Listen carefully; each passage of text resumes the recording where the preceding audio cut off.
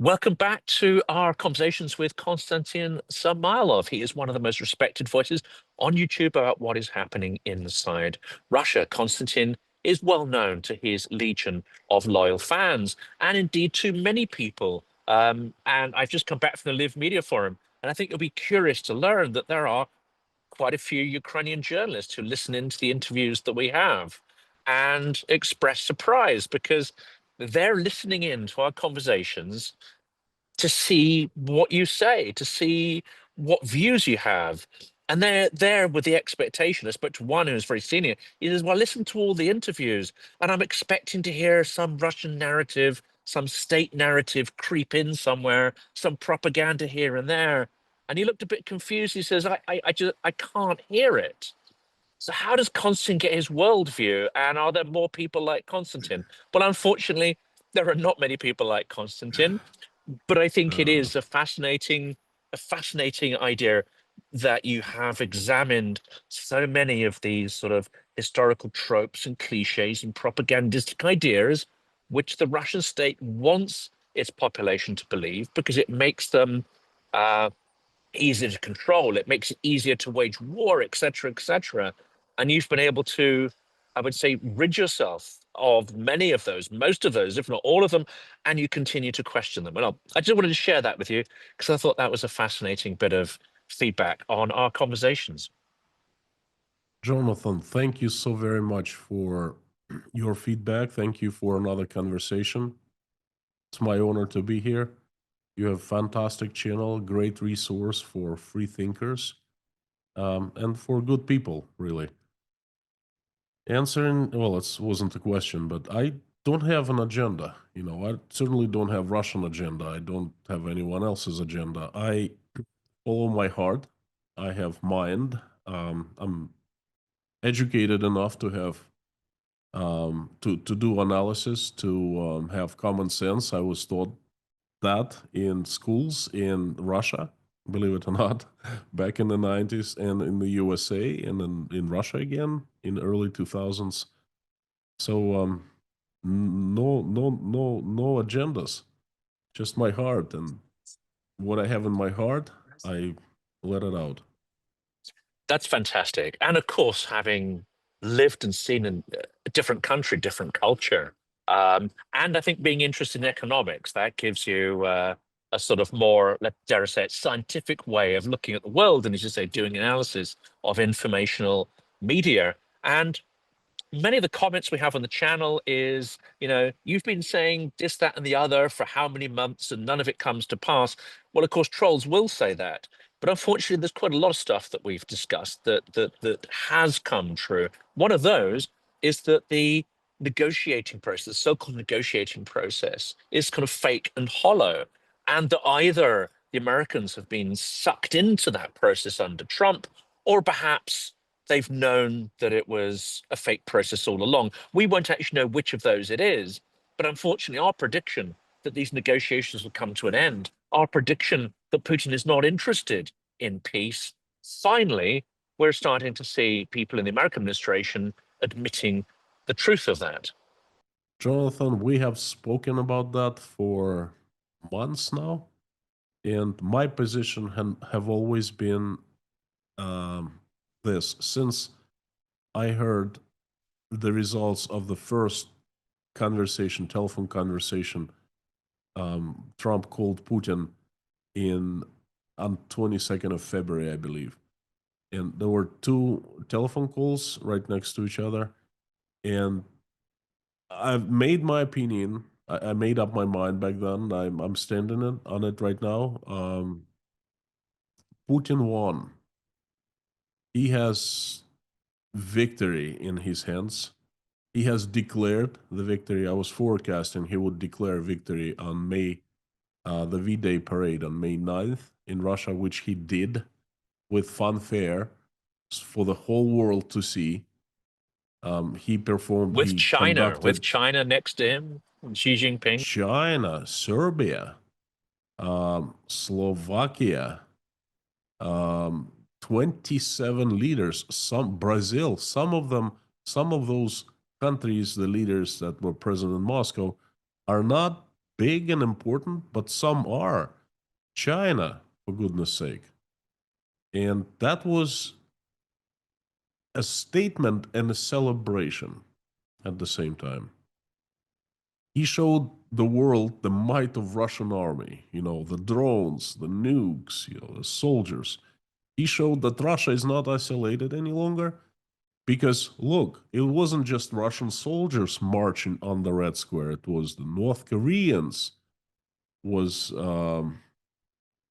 there were a few other countries that sent their own soldiers. So it's an alliance. It's not just Russia, okay? And Putin declared victory, and now Putin is changing Russia by putting it on military tracks. He is not doing it by announcing all at once, but he is using his most favorite strategy, stepping stones. I call it the stepping stones, and some people might know it as boiling the frog. Okay, and finally, the full stop was made in this understanding of that the peace negotiation is fake. Just a couple hours ago, news came out that Donald Trump, talking to the leaders in Europe, told them that after having the last conversation with Vladimir Putin, he knows, he is sure Putin doesn't want peace, and Putin believes he is winning. Full stop. Donald Trump said it himself. He admitted. So that's pretty much stops are arguing about the process. Okay, now the masks are off, and we understand where this whole situation is going. So we turned out to be right The in big our question, of course, conversations. is we were, and I think we had rightly wanted to wait and see what Trump would do, but it is unfortunately and tragically very predictable. The big question is what happens next. Does Trump carry on normalizing Putin? Because unfortunately, his language, at the same time as admitting Putin doesn't want peace, his language is normalizing Putin. He called him a nice gentleman, which, no offense to anyone in the KGB, they may be smart, but I don't think any of them can be classified as nice gentlemen ever. And that includes the FSB. And this normalization, where will it end? I mean, it seems that Trump and his regime are still dead keen on lifting some of the sanctions, lifting the sanctions that will help Putin rearm. Jonathan, we are having this conversation right now at a historical moment. Okay, because I think this has been a certain stage in the world geopolitics, a very turbulent stage where the US president was taking different approaches appeasing Vladimir Putin. Okay. But now he admitted a couple hours ago that he knows Vladimir Putin does not want peace and he thinks he's winning. Full stop. That stage of appeasing should be done by now. Okay, and now we're going to be looking at the following actions of the US administration. And what I hope they will do, change their approach. They'll say, okay, he fooled us. We're stupid enough to fall for that. Yes, our mistake. We're the dumb ones. But now we know, now we have admitted that he doesn't want peace. He told he told Trump himself a couple days ago in a conversation. Okay, so Putin told us he doesn't want peace. Putin told us he's winning. So what do we do next? Well, we keep on rearming Ukraine. We keep on tightening the sanctions against Russia, and we are still much more powerful, both the United States and the rest of the world behind the United States, than Russia. So we engage and fight. Okay, keep on fighting. Now, that would be the right thing to do. I understand if they're going to do that. And if from this point nothing changes. And Donald Trump will be trying to appease Putin, to normalize him, and so forth. Jonathan, I will start asking questions, very serious questions about where Donald Trump's allegiance lies at. Yes. Yes, because many people who've given him the benefit of the doubt will I really have, wonder. I Yes. have, I have, I Mhm. personally have given them the benefit of the doubt, saying, "Let's see, people change." And Ukrainians, I think, and as you know, I've just come back once again. I think out of everyone in the world, Ukrainians were at the forefront of this idea of not criticizing Trump when he was up for election, and indeed when he was elected. And I think many genuinely had a sense of optimism. They believed nothing can be as bad as Biden's policies. Biden, and if people, and there will be some Democrats listening who go, oh, here we go, having a go at Biden again, especially now he's ill, how inappropriate.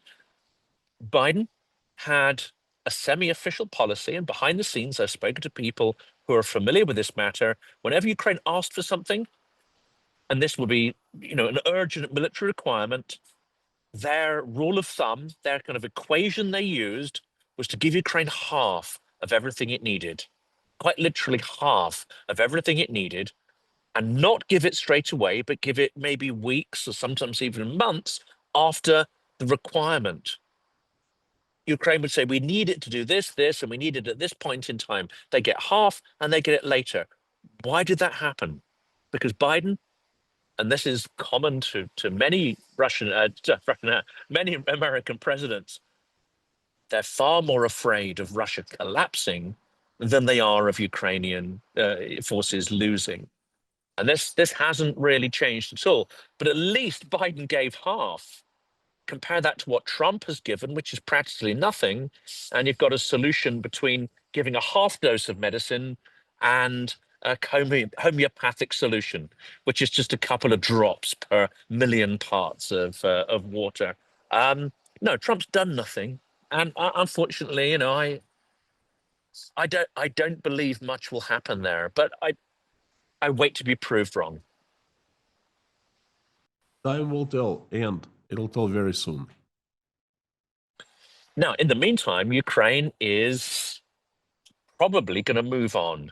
I think Ukraine's held off from hitting Russian oil installations, uh, large-scale drone attacks. They've held off while this peace pantomime or this peace farce or this peace process was going on.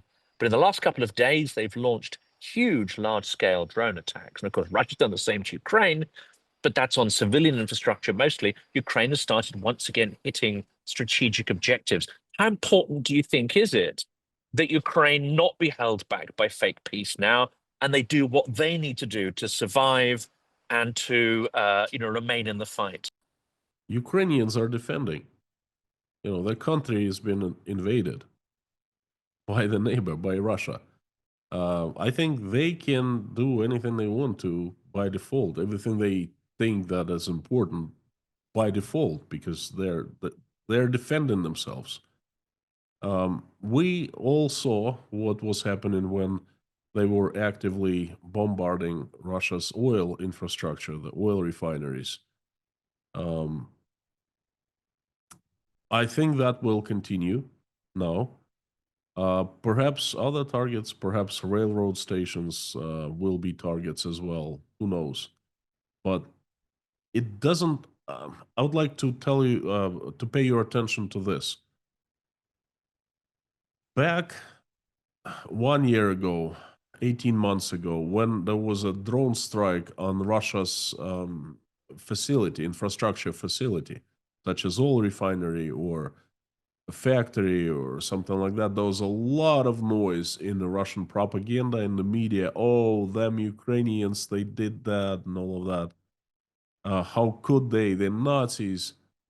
Now everyone thinks it's business as usual.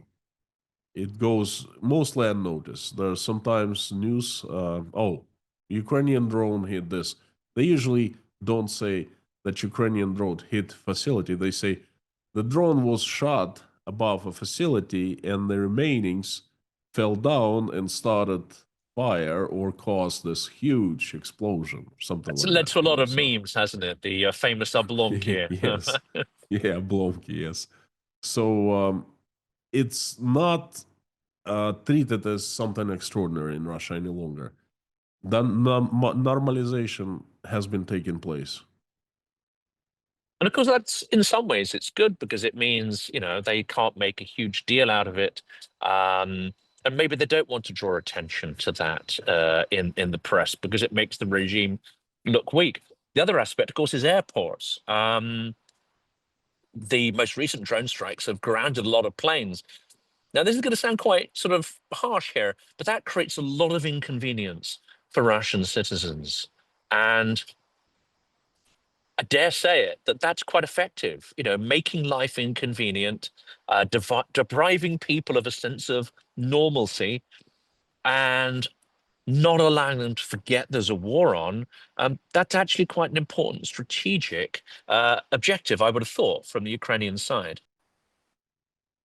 Unfortunately, here I disagree with you.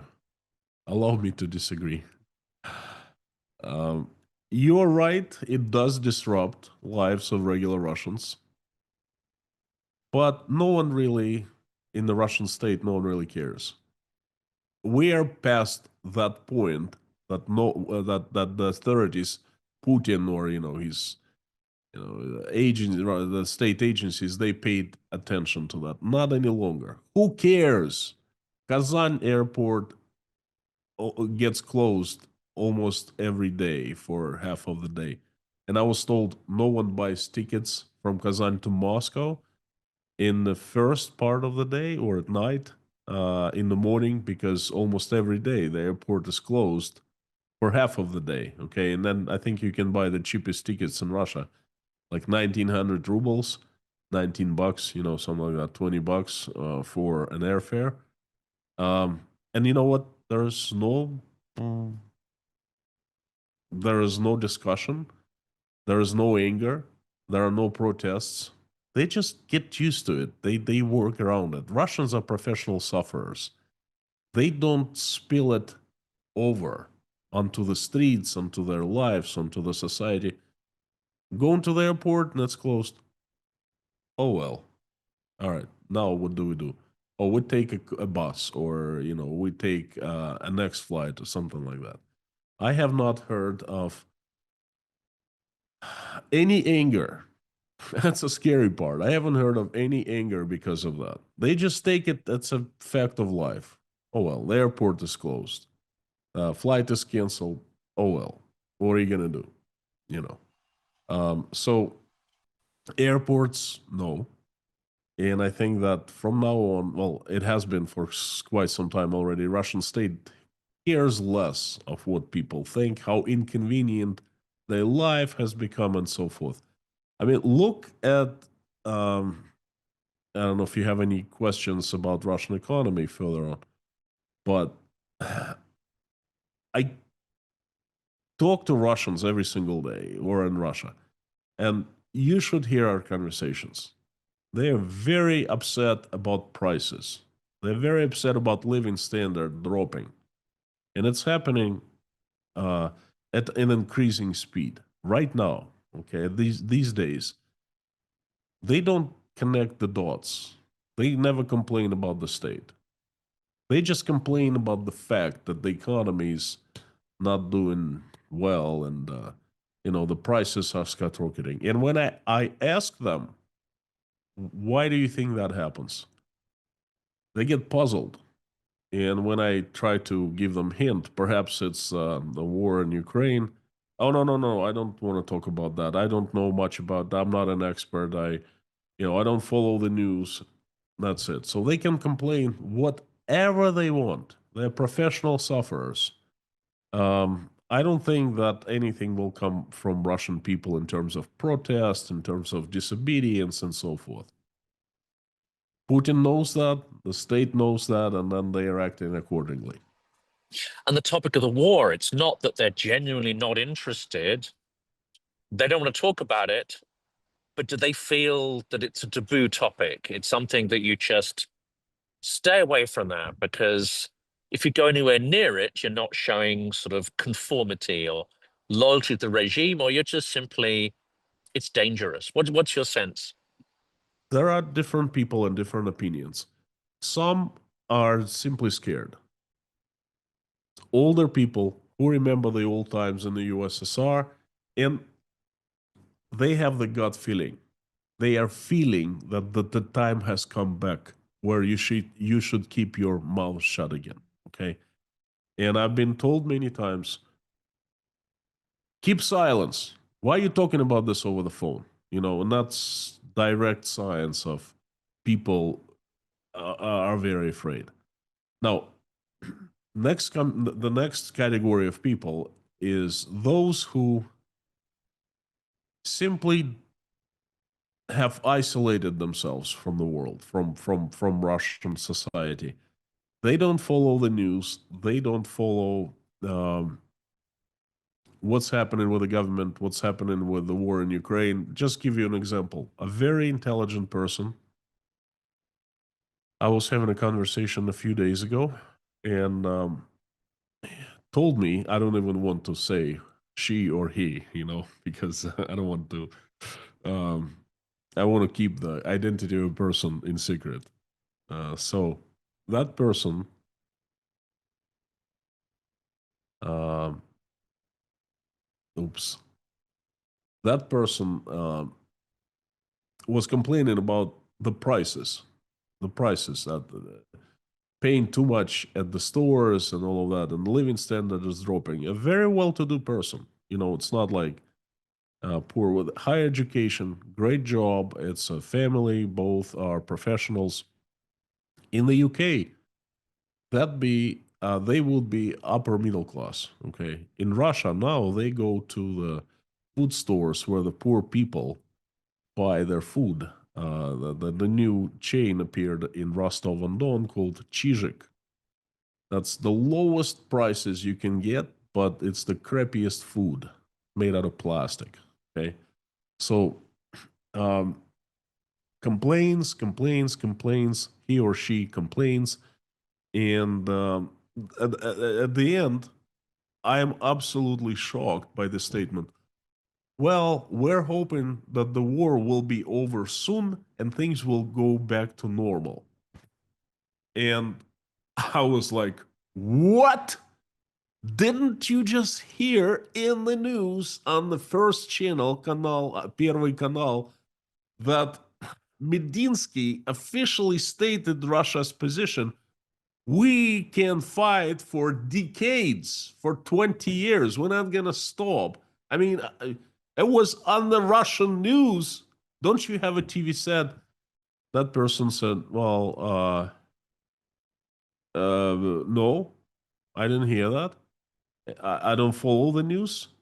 What do you mean they're not going to stop the war? The war will be over soon because it's been going on for such a long time.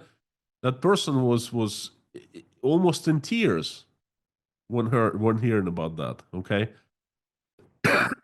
that's a perfect example of this next category of Russians. They're continue living in these informational bubbles they have created for themselves. They don't want to voluntarily get out of this bubble, so they're voluntarily staying inside, not listening to the news, not analyzing. They have brains, all right, but they just don't want to use them because every time you ask yourself this question, the answer is pretty similar. Why we are in this crap in Russia right now? And the answer is right here, and everyone understands that, okay? But then once you understand, it starts hurting right here. It's very scary when you understand that your children don't have any future any longer. It's very scary to understand that the educational system is in ruins. And that person was complaining about the educational system too. Okay, but if you take one step further and see what's going to happen at least within a decade, oh boy, it's scary. it's very scary to know that the healthcare system in Russia is no more. There's lack of doctors, and they're not hiding it. The state isn't sugarcoating anymore. The officials are openly saying about that in the news, and people simply refuse to learn, refuse to stay informed, and refuse to think and analyze. Because once they start doing that, pain is incredible. I know, Jonathan, I have gone through that pain. I experienced it. It's a terrible, terrible thing. But without it, I mean, you can't heal, you can't recover, you can't change things.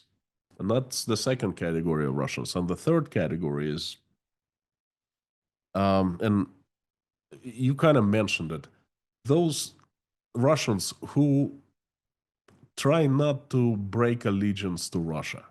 Okay. I heard many times people saying, well, look, I know what the war is wrong. I know that, what Russia is doing is not right. They never say in black and white. They always come with shades of gray. But they always say, they also say, but look, when I walk on a street and I see a young boy without legs sitting on the street begging for money, how can I not feel sorry for him? And, well, why exactly is that boy sitting on the street without legs? Where did he lose his legs? Doing what? Perhaps someone sent him to kill Ukrainians. Okay? And they don't want to take the discussion further because, again, it hurts, and they try to come up with some kind of excuses for themselves. Okay? Because if if the world becomes black and white, then it's obviously that the answers are right there. What Russia is doing in Ukraine and who is responsible, and the boy is also responsible for losing legs and and things like that. And they don't want to go there. They don't want to venture. So in my world, there are three categories of Russians, and I just named you them. That's incredibly useful, I think, because very few places in the media is this discussion had, and very few places in academia. I can only think of Jade McGlynn, who's seriously tried to, do this sort of nuanced analysis as you've gone through there. Another thing we talk about a lot, and we will end on the economy, but before we go there, another aspect, of course, is the descent into tyranny, a descent back into totalitarianism, which again, I imagine people in the informational bubbles may have a sense of that happening, but they have to close it off because it's not clear what the solution is and what they personally can do about it. And one of the examples here is the re-Stalinization. So, for instance, they've brought back a monument to Joseph Stalin, which was removed, I think, in 1952, and it's been reinstalled in the Moscow metro station Taganskaya. Otherwise, rather a nice metro station, now defiled with the statue of a mass murderer. But again, I expect you won't find anyone to speak out against that, just as you won't find anyone to speak out against Shaman and his sort of neo-fascistic pop music kind of profile. Well, now you're touching a very emotional part of me, and it's becoming difficult for me to speak because I featured that monument in my last Friday news update live stream. And I also received something unbelievable today. A video of an old man in his 60s standing in front of that monument and making crosses with his hand, addressing Stalin as God, and then kneeling and kissing the feet of Stalin. I can understand people keeping silence about Stalin and Stalinization and Putin and Stalin monuments. I understand that. They're scared to speak up, okay? They're living in the bubbles. Their excuse is this: nothing is up to me. I don't make decision. I'm just a small, tiny speck in a large country with no rights and with no power whatsoever. So why would I try to do something? I will not change anything. Okay, and then that's an excuse they have for their bubbles. So I understand why they don't speak up. But I don't understand people like that man, older man, who kneeled and kissed Stalin's feet. I I'm afraid I cannot help you, Jonathan, here because I am not an expert. I am as confused as anyone. When I was growing up in a Russian school, for the first time in history, we started learning the truth about our history, our Soviet history.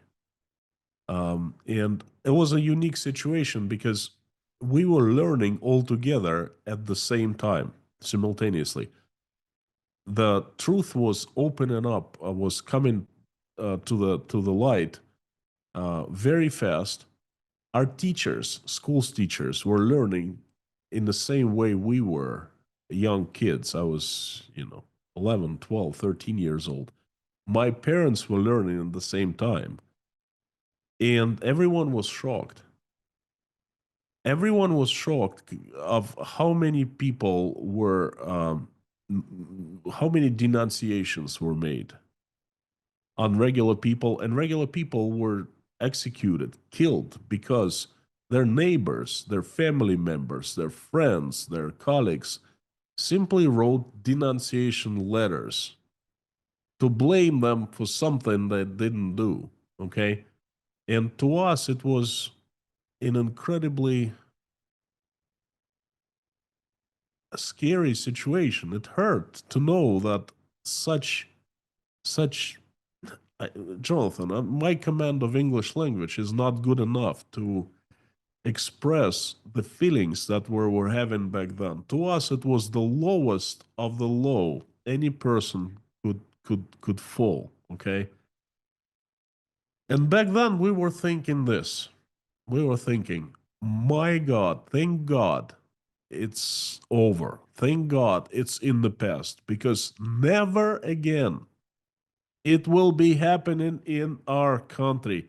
We certainly not gonna do that. We certainly are aware. We know the truth. We're enlightened. And we're not gonna, that's not gonna repeat. The history this time will not repeat itself. That filth that was inside Soviet people somehow died. It was purged, or they grew over it, or whatever. It's no more. We are free of that filth. Turns out we were so wrong. That filth was hiding somewhere inside of so many people for 30 years. And with the first opportunity they had, that filth came up, and we're Yes. seeing it now. I it's very emotional. I don't know why. Perhaps there are some scientists, psychologists who can explain that. Political scientists, I don't know, not me. I am just sharing my emotions and feelings, and I am dismayed. I mean, I feel for that. It does bring back many conversations though I had in the 90s where people who would have been my age in their 20s, teens and 20s would absolutely have the view that you have. They're seeing this information for the first time, shock, the horror, trying to understand, how this could come about. But unfortunately, I also had numerous conversations with their parents and people who were in their late 30s, 40s, 50s, and 60s back in the 90s.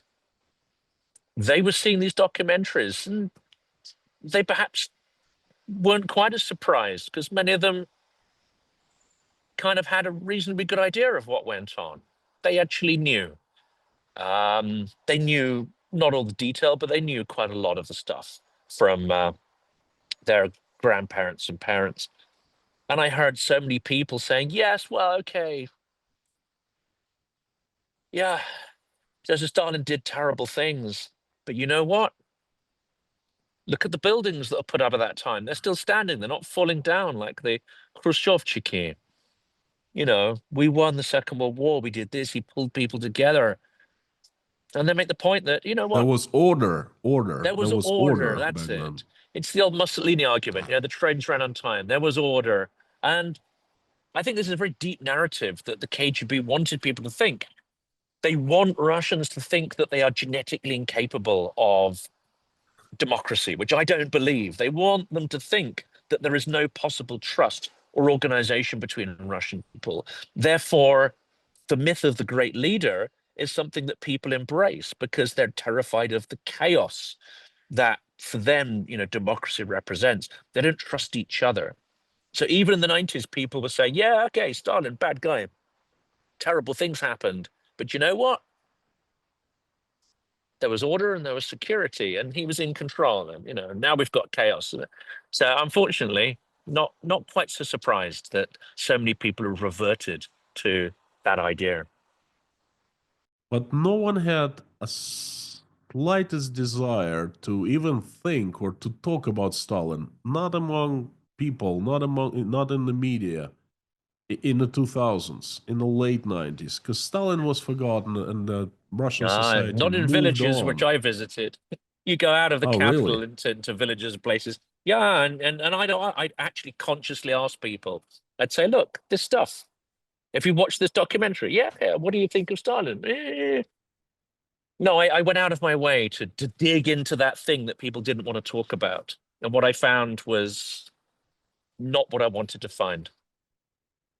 Jonathan, that I know the answer to that. That is due to the economy. Russia is incredibly diversified in income levels. Um, Moscow is not even Russia. Economically, it's a different state, very rich state with higher living standard, very high living standard. And St. Petersburg is somewhere closer to Moscow. Large Russian cities are used to be okay. Now they're much worse. But the villages were also behind in the way of income of regular people. And in the cities, in Moscow and St. Petersburg, and in many cities where people actually were doing well financially, and in 2000s it was the case. No one, Stalin was history. The USSR was history. Something that happened in the past, but it's not worth of talking and wasting our time talking about it, remembering, and so forth. And I think that they kept on talking about it in the villages because, I mean, they had to blame someone. They had to come up with some kind of alternative. Okay, look at our life now. It's so bad. But when Stalin was alive, or when the USSR was still alive, we lived differently.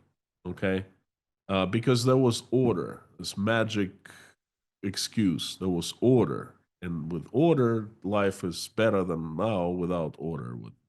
Look at them politicians and the mafia. People in Russia criticized the politicians a lot and Putin a lot until recently. Now they go to prison for that. But before, when they were free to criticize, oh, you probably heard it in the villages how, the Muscovites are That sucking rings their true, blood and yes. all of That's that. it. Yeah. So Oligarchs, that's Muscovites, these foreign oligarchs. ideas which don't work, that are being imposed on us. Yeah, we had a lot of those kind of conversations. Yeah. Yeah. So anyway, that I think that's why in the That's villages they were talking about that. That's certainly not in Moscow, not in St. Petersburg.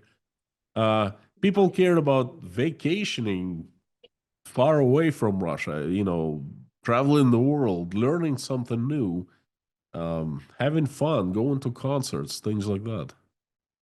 Yeah. Stalin has no place in that world. Yes, those are incompatible worlds, and they still are, obviously, to a great extent. And where possible, Putin's still allowing people to have that illusion of normal life, which is interesting. But unfortunately, it's not only illusion. We're going to come to the economic topic now, because there are some interesting things, of course, happening in the Russian economy, as there already are. But you also mentioned the number of countries that were present at the Victory Day. And unfortunately, outside of a small group of Western democracies who have, I would say, the partial sanctions. They're not full sanctions because there's still more levers to pull. There are many, many countries that aren't really getting involved in that sanctions regime. And there are some, like India, that are starting to make it easier again for Russia to trade. This is already happening. India has just approved 3 Russian-based insurance companies, including Sberbank, that can provide marine insurance cover to turn the grey fleet from a sort of illegal thing to unfortunately give it some kind of legitimacy to operate around the world. So we're trying to swim uphill here. There are many people who are quite happy to trade with Russia, and there are some countries who are perfectly willing to try and counter the sanctions regime against the war. Jonathan, I'd like to clarify something. The companies were never under ban of insuring the vessels that transported Russian oil. They would be sanctioned if they insured and provided services, insurance services, transportation, all kinds of services to the exporting companies who were selling Russian oil over the cap, over $60 per barrel. Okay. Now, of course, there were some personal sanctions and some specific oil tankers were sanctioned. Then, of course, and they're still sanctioned. No one can touch them. But everyone else who was not, I think there's a list over 100 tankers right now under sanctions that they call the named, the personal sanctions, everyone else can transport Russian oil. And it does not save Russia. It's certainly not saving right now because the price of Russian oil is around $50 per gallon. Okay. And everyone can now officially insure vessels, oil tankers, provide services to oil tankers, refuel them, whatever. Because obviously Russia is not trading over $60. Okay. And it's not helping Russia that it's selling its oil right now. And other companies are allowing that to happen. There's a much bigger problem for Russia. It's called the global markets. What's the margin on that? I think it'd be useful to understand, what the cost of production and transportation is. Is there any profit there at $50 a barrel for the war machine? Barely a profit. Different experts have different numbers, but I tend to believe that the cost of extracting Russian oil is somewhere around $44-46 per barrel, depending on location, of course, depending on logistics and so forth, depending on the age of oil field, but it's high.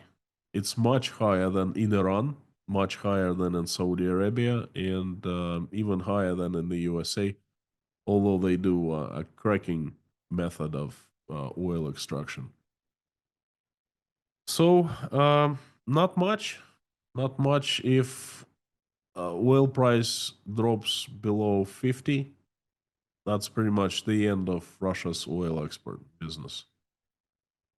And that's good because also Brussels is finally talking about dropping the price cap to 50 to bring it really onto that wafer thin margin. Now they haven't passed that yet, but certainly the next G7 meeting is actually going to table a motion to bring the price cap down by a further $10. So this maybe finally is some sort of positive news, but as you say, it's reflected by market conditions as well. That would be huge blow if they drop it down to 50 because the price of logistics would go up again and it would make selling Russian oil even less profitable. The last topic I want to talk about, because normally we focus on, various aspects of the economy, and then there's plenty to talk about But actually, one aspect I'm kind of interested in, and this comes from a couple of conversations I had, is the impression that some of the people who left in 2023 have actually gone back, for economic reasons, or they've decided, not to get involved in politics, but they've been tempted back. Some, for a period of time, were actually working remotely, and that actually part of Russia's military-industrial complex was able to use these remote resources, including the critical resource of programmers, to actually sustain its war effort. Not much coverage has happened on there, but I think you've got some direct experience. I mean, my personal experience here is speaking to some Russians in Europe over New Year, and they were talking about some programmers who had been, some in country and some out of country, who were programming the algorithms and code for FPV drones. And rather perversely, we had an argument as to whether that was moral or immoral, whether that was aiding the war, or whether you could be anti-war and still perform that function. Of course, my view was absolutely clear that if you're helping to program FPV drones, you are a direct participant in the war, a direct participant in murdering civilians. I think it's obvious. It is, but I thought it was not so obvious to the people I was talking to. Well, one or two actually got it. One or two, because this was a group of several Russians in the diaspora, were like, well, is it bad? So I had that conversation. What's the reality? I mean, are people able to still work remotely? I mean, a recent report said that actually the average wages for expatriate Russians who are contracted to Russian companies rose 14% in the last year. So it's certainly profitable to do that. But what's the scale of this? I do not believe that there is a massive amount of programmers or any other workers who reside outside of Russia and still work for the state-owned enterprises or the military-industrial complex. It was the case, or certainly the case, when the mobilization was announced in September of 2022, a mass exodus happened. Russians in millions, I estimate a million to a million and a half Russians left. Some numbers are less from other experts. Well, that's my estimation. I think over 1 million people fled, and it happened in a very short period of time, in just a matter of a few weeks. And I definitely witnessed the way people were leaving, just like myself. I was among them. I came to Domodedovo Airport on September 27th of 2022, and I found myself surrounded by thousands of men, just like me, middle-aged men, not in a very good mood. Their wives crying and hollering and seeing them off, and dropping them off, and then men checking into fly out of Russia, checking into the flights. No one seemed to be prepared. Everyone seemed to be in shock, and everyone seemed to be just trying to get out of the country. And I remember there was a group of young men, fairly young men, on my flight when we went through passport control, and we were just waiting to board the plane. And I actually filmed them. I made a movie about me fleeing Russia, and I put it on the internet, and it's right there. You can see it. Right before we were boarding the plane, there was a group of, I don't know, 20 people. They really formed a circle, and they started spontaneously, meeting and talking about the future, what to do next. And some people are saying, I heard that there are opportunities in Argentina. And we were flying to Tajikistan, but that definitely was not the destination. It was a transit point, because that was the cheapest and easiest place to fly, because there was lack of tickets to anywhere. Okay, and then they were discussing where they want to go, but most of them, I remember, they still had jobs. And when I came to, settled in Tashkent, I formed a community of Russians who fled Russia, just like myself, a support group. First, it was Russians, and then I started inviting Ukrainians. But at first, it was just pure Russians in the same situation I was in. And I started inviting people to join me for breakfast, and I started offering to buy them breakfast. And the time was 10:30 a.m. because most still worked for Russian companies. And 10 a.m. in Tashkent was 8:30 a.m. in Moscow. So that we would meet for breakfast. For half an hour, we would just share coffees and discuss things, share news because it was very important, you know. And then a lot of people, not all, but a lot, they would just leave and would change tables because everyone worked remotely. They would be still sitting in the same cafe. Would they just start working? Because in Russia, 11 a.m. was 9 a.m. That's when they had to log in. Okay. And that was the case. And the state was very concerned. And the state couldn't do anything about Russians leaving at that point. They simply didn't have the tools. They were just witnessing the exodus. Okay. But then they quickly started learning. And one of the first tools they came up with was state owned companies, including Yandex. This is the largest programmer employer. Every second person here in Tashkent worked for Yandex at the time, remotely. They simply changed their policies for remote work.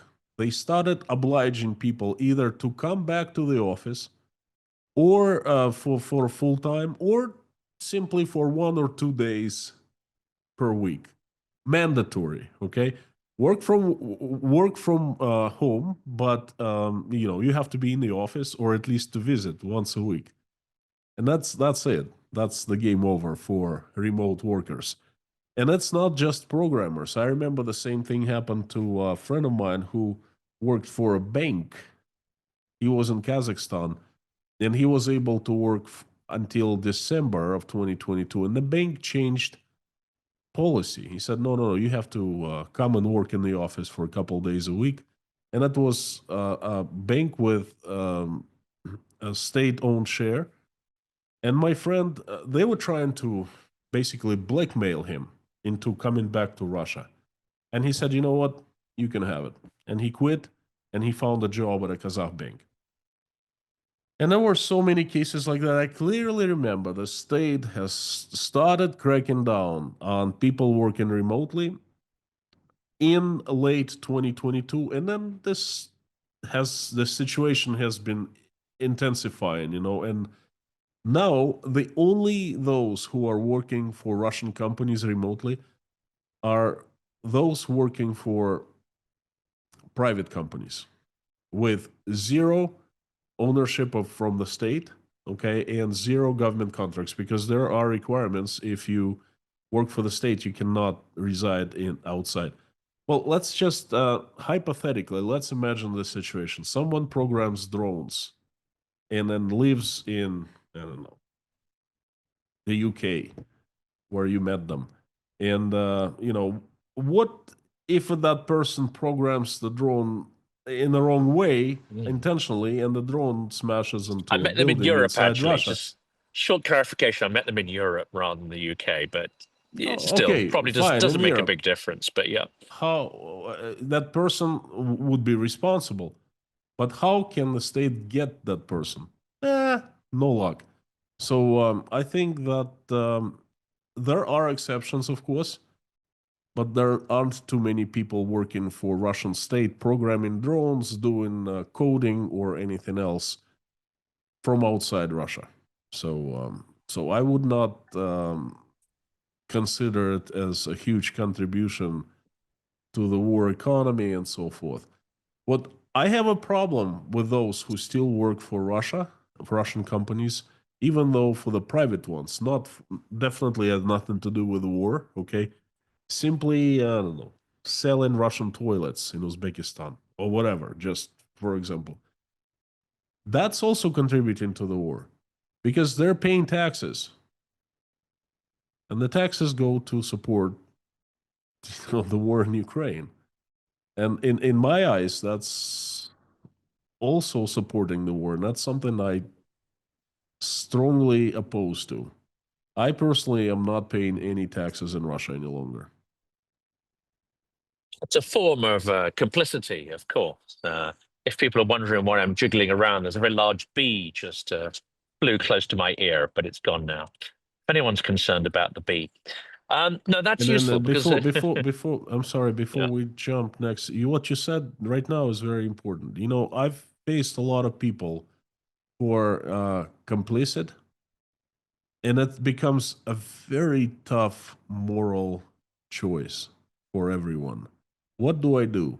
Do I keep working or I quit? I know that if I work, that I support the war, but perhaps my money it doesn't go to the war. Perhaps it goes to something that's not connected with the war and so forth. And then I've seen hundreds of people asking this question. They're not asking it publicly, openly. They're not asking anyone else to advise them.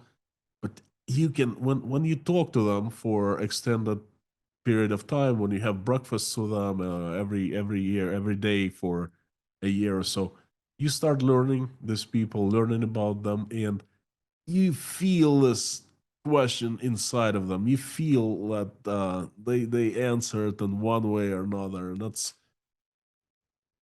it's not a comment, from me. It's just it's an observation, Jonathan. It's very tough. Russians are facing a lot of these moral choices.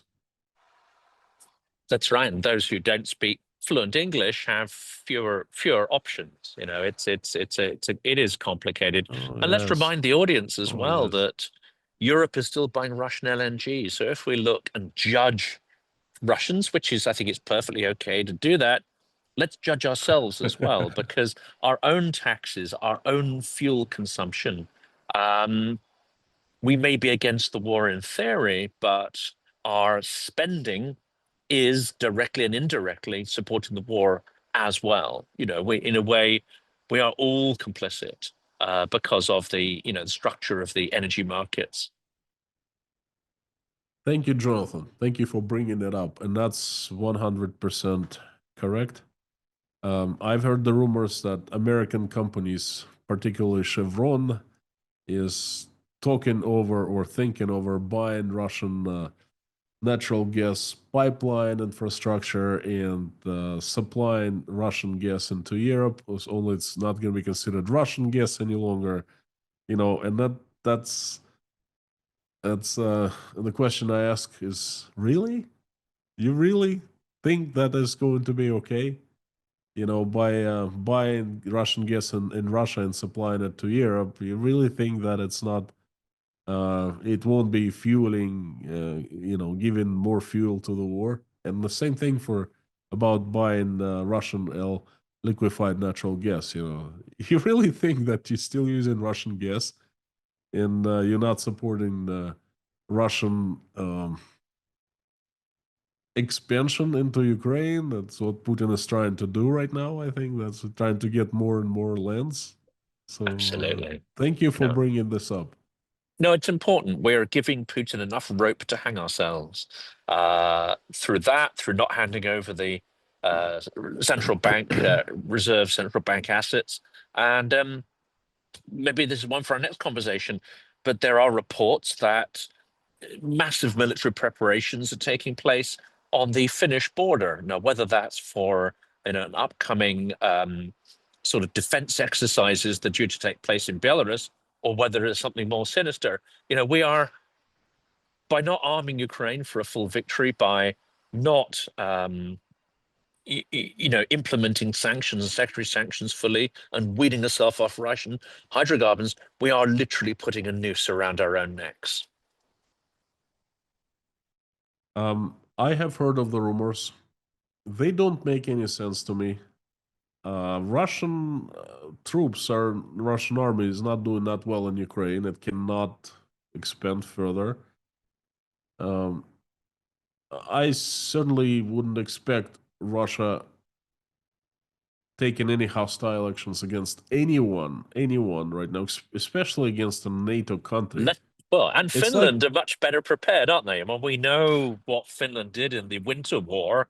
yes, They took out huge numbers of Stalin's troops and forced a peace treaty on him. So that would be the least wise country to pick a fight with. absolutely. And it's also part of NATO. And then Putin thinking that Article 5 would not be invoked is playing with fire. What if it is invoked? Okay, and if he attacks Finland? And I think he realizes that. I think there's simply not enough resources that Russia would declare another war. But you know what? A Russian future, and I think that's what we need to talk in the next conversation about it, about the Russian future and what lies ahead for Russia, Russian military-industrial complex, and Russian armed forces and Russian people. Where is it all going? Because now we're seeing it clearly. After Donald Trump yesterday said that he was being absolute fool, believing Putin, that Putin turns out to be not wanting peace and thinking he's winning the war, okay? Now we're clearly seeing, me and you discussed so many times in the last 3 months of what's next for Russia. And in my opinion, the future is fairly grim. And the problem here is that it might be becoming grimmer and grimmer for other countries as well, because Russia might be becoming stronger in the future. So, but that, I think that's something that we need to talk in the next conversation. Let's pick that up in a couple of weeks, because after next week, I'm having a very interesting conversation. I won't announce who it's with, but I think that will give us a lot of ideas to pick through once that is published. So yeah, I look forward to discussing that, and of course, very much center the topic of what will happen to Russia and how should we treat Russia in the future. I look forward to it. Konstantin, always a pleasure.